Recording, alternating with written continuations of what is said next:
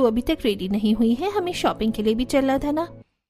मैं तो रेडी ही हूँ, चल चलते हैं। तूने जिस तरह के कपड़े पहने हैं ना, इसमें सोने जाते हैं, शॉपिंग नहीं।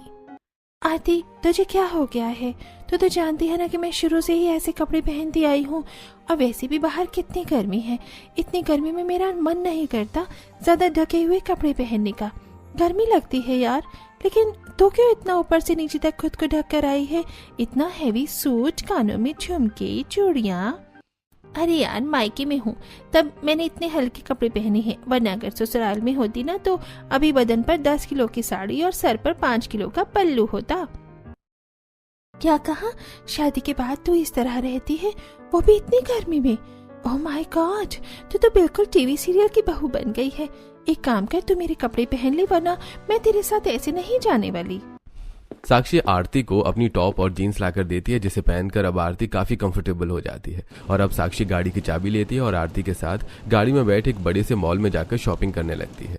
दोनों सहेलियां शॉपिंग करने के साथ साथ ठंडा ठंडा जूस, गोलगप्पे, राज कचौड़ी जैसी चीजें खाती हैं। यार सच में कितना कंफर्टेबल लग रहा है इन कपड़ों में। मेरा बस चले ना तो मैं ये गर्मियों में हमेशा ऐसे ही कपड़े पहनूं। पहनने में तो ऐसे ही कपड़े अच्छे लगते हैं। मैं तो गर्मियों में जहाँ भी जाती हूँ ना, हमेशा इन्हीं कपड़ों में जाती हूँ। दोनों सहेलियां गर्मियों की ठंडी ठंडी चीज खाते हुए आपस में बात ही कर रही होती हैं कि तभी आरती की नजर एक सुंदर सी ग्रीन कलर की साड़ी पर जाती है, जिसे देखकर अरे साक्षी, वो साड़ी देख कितनी अच्छी लग रही है ना। पता है ऐसी साड़ी मेरे पास है, बस कलर अलग है। लग तो काफी अच्छी लग रही है। शादी के बाद मैं ऐसी साड़ी जरूर पहनूंगी।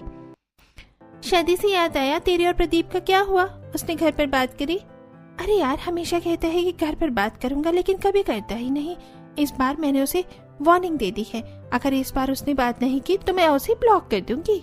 गर्मी के मौसम में साक्षी को शुरू से ही इसी तरह के ढीले और कंफर्टेबल कपड़े पहनने की आदत थी, जिसमें वो आराम से गर्मी में रहा करती थी। और सिर्फ साक्षी ही क्यों, हमें भी गर्मियों में भी अक्सर इसी तरह के कपड़े पहनना पसंद है। लेकिन हमारे आसपास ऐसे भी परिवार हैं जो अपनी सोच और रीति रिवाज के चलते अपने घर की बहू को इतनी गर्मी में भी भारी और सर के बक्कल से लेकर पैर के नाखून तक रखने वाले कपड़े पहनाते हैं। अरे ताई जी, पता है आपको वो जौनपुर वाले संजय भाई साहब है ना, उनकी बहू को आए हुए मुश्किल से 2 महीना ही हुआ था और उसका पड़ोसी के आदमी के साथ चक्कर चल गया। घर में आना जाना लगा रहता था और अब वो 2 दिन पहले ही उसके साथ भाग गई। संजय भाई साहब की तो परिवार की इज्जत मिट्टी में मिल गई। अब तो घर में बहुएं भी ऐसे कदम उठाने लग गई हैं, इसीलिए कहते हैं कि बहू को थोड़ा कंट्रोल में रखना चाहिए। हमारे घर की बहू तो इन चीजों से कोसों दूर है।